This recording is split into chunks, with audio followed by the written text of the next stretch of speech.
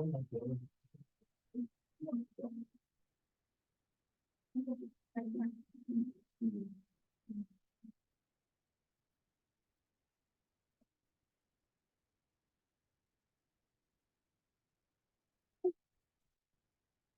call the Maplewood City Council work session to order.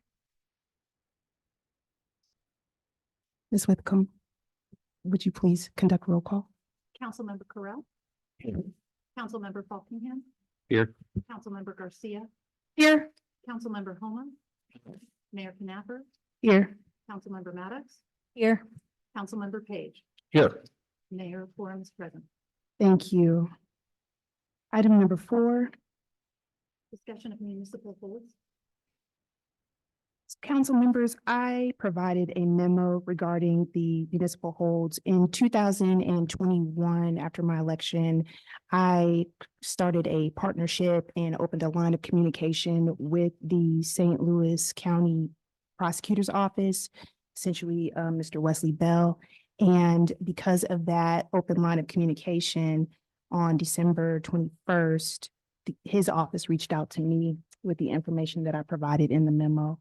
Essentially, we have a substantial number of municipal holds, and it was a red flag to them because the number of municipal holds that we have in comparison to the other municipalities that they were looking at.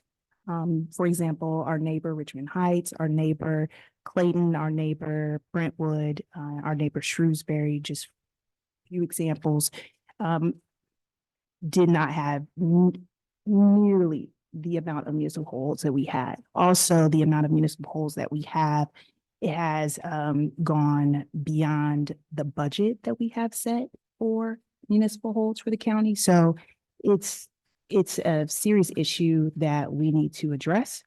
And then finally, the municipal holds that we have out of the, I believe it was 95, over 70 of those municipal holds are Black people, and then the remainder are white. So I cannot stress enough that we do not want to have another lawsuit. And so we need to get to the bottom of this, and we need to ensure that we as a city are doing what is proper. So I have asked in my memo that the city manager please conduct some serious in-depth research to determine what is causing us to have so many municipal holds, and also just address how that affects our budget, and then just overall justice and fairness and equity. All right. Any questions, council? No, but thank you for bringing it to our attention. All right, thank you. Ms. Whitcomb, item number 5. Ethics Review Committee recommendations. All right. Our deputy mayor, Buckingham, led our ethics review committee. So I am going to ask that he go ahead and just lead us in this conversation.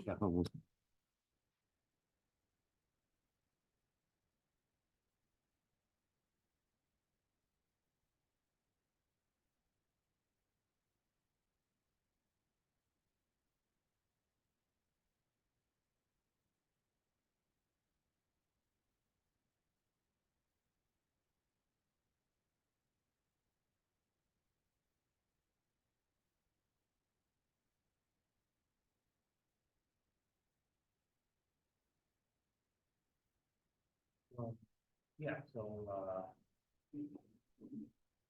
maybe people, good things,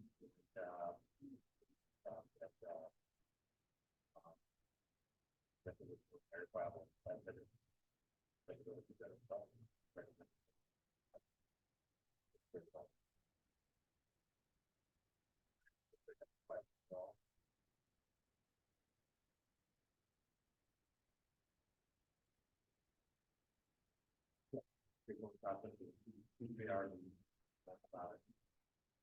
That was it. I would just like to say, sorry that you guys had to use your time, your break time for that. But thank you for reviewing all the information and deciding the way you did.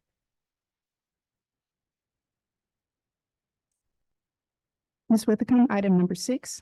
Discussion of Maplewood Board and Commission members' code of ethics. I am going to ask our council members, Homa and Correll, to lead us in this conversation. Yeah, thank you. So in the packet, you can see, I've provided call it a draft of code of ethics for our board and commission members. I think it's obvious where this comes from. We really need a vehicle to be able to have guidelines and ways to handle any situations that arise that, maybe somebody's going to break up code of ethics that are on our board and commissions. For those of you that don't know, we do not currently have a code of ethics or a process for handling ethics violations for our boards and commissions. So I sent you guys a draft, and I was looking to see what your guys' thoughts were, feedback and things like that. It's pretty well follows the guidelines that we have in our charter, so it's very similarly aligned with that. And so it lays out what the code of ethics are, as well as the enforcement provision for acting on any violations. I have nothing to add there. Thanks, Matt. Thank you both for that work. I appreciate you all doing that. It is good. And yeah, and honestly, I'm just sorry that we didn't have something like that in existence before we had to have a problem. So, Does this have to be an ordinance or something like that? yes, yeah. It's in your packet.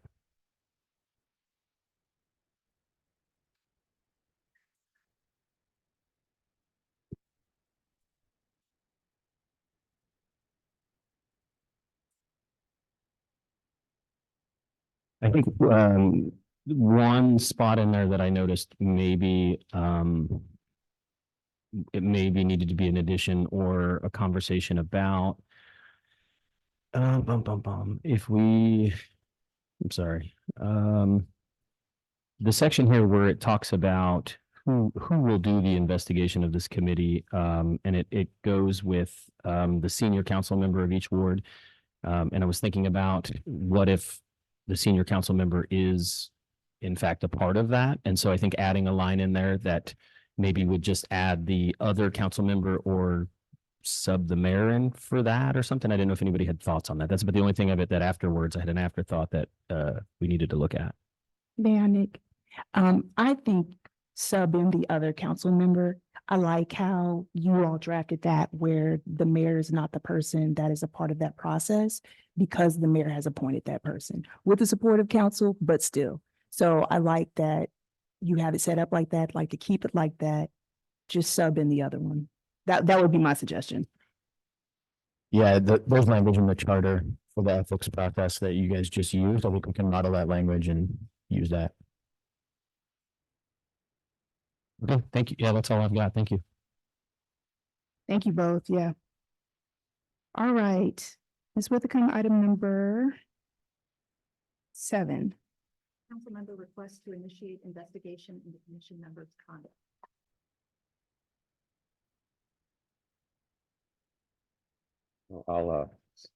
I'll talk to this just a little bit. I don't think from what we've seen, I don't think the investigation of this council or the commission member really is in the purview of what councils should be investigating.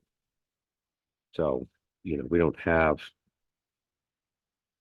code of ethics, which we're creating now, but again, what Councilmember Chastity Maddox is wanting to do in terms of the investigation is not what the council should be investigating. We're a legislative body, we can investigate ethical violations, but I think that we would be crossing a line with this one.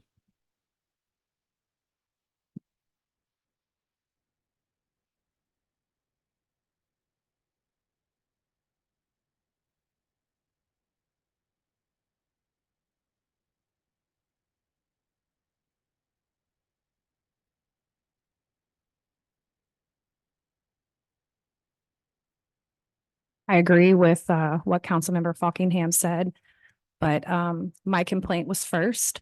And I still stand on that. We should not be investigating things that are said on social media or other places. But when they involve things of a sexual nature or somebody's orientation or religion or race or any of that, I think we should look into those types of things. And being that I am the person that was the subject of this, I obviously feel differently.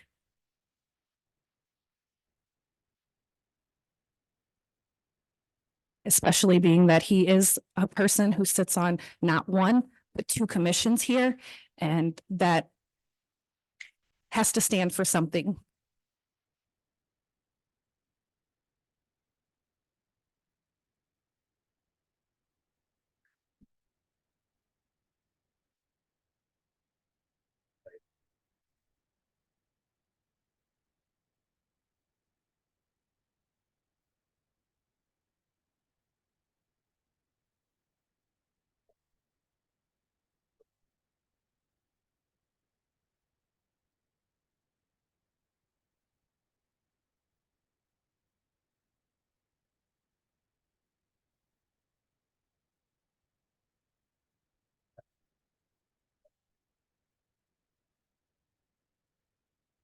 Is is a potential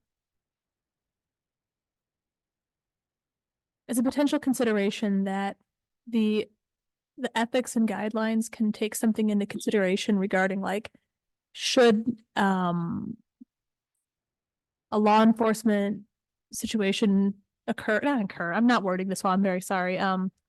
Should an investigation need to be started, the person temporarily steps down from the commission until the conclusion? Like, is there a middle ground here where we can at least say, yes, this is not our responsibility, or not even our responsibility, our skill to do, but we understand there should still be some implication. I don't know. I'm wording this well.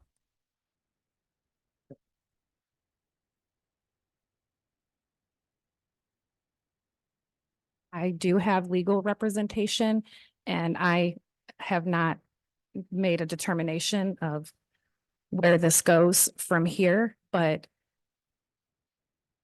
it's very hard to talk about because this happened to me. And I know the mayor has talked about the harassment that has happened to her, but I don't think it's been of a sexual nature. And then I also, disclosed that I was sent a package of gummy male genitalia the same time that the mayor received a package. And then to see that comment, it all made sense. And I reported the next day on December 13th. And here it is a month later. And I've already been investigated for an ethics violation and retaliation from that person, but nothing is being done about his blatant harassment of a council member on public forums. I really think that you should go to the police. I really do. And I'm definitely not telling you not to go to the police. And I also want to say, I don't agree with you receiving harassment or anyone else or anyone in our community receiving harassment. It's not okay. We don't need to compare it. We don't. Like, I'm just telling you, like, it's not okay for anyone to be harassed. And I really do think you should go to the police. If I go to the police, then does that constitute an ethics violation? I mean, right now, we don't have anything in place for that. But I would think if you went to the police and you go through that process, you come back there and you have a conviction, and you're just like, counsel, there is a conviction of sexual harassment, and this person is serving on a board and or commission. We can move as a body to address that then. But I have to say, I am in agreement with Council or Deputy Mayor Falkingham as far as us conducting that investigation on a potential criminal matter. I think that it's best if you have the experts do it, which is our Maplewood Police Department. So at what point though, since he is a commission member, does it become a commission, a ethics problem. I think that I agree with Deputy Mayor Buckingham and Mayor Knapper. I think I believe sexual harassment in Missouri is a class E felony.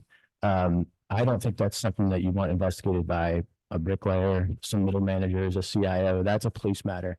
And so if you, just like Sean said, we're not equipped to do that here. No matter the outcome, once you take it to the police, I think after that, you'd be able to have grounds to bring it back to the ethics committee and go from there and have an investigation from the ethics committee. But I think it's just the way it's been drafted with the memos backwards because it's a criminal matter. That's my view. Do you feel like a conviction is necessary, or like if we had a good police report that, you know, was compelling, I think that's something else that we should look at. Because sometimes, you know, I know how law works. It doesn't always end so clean. I think it's up to the council, really. Yeah, so yeah, I think it's up to the council.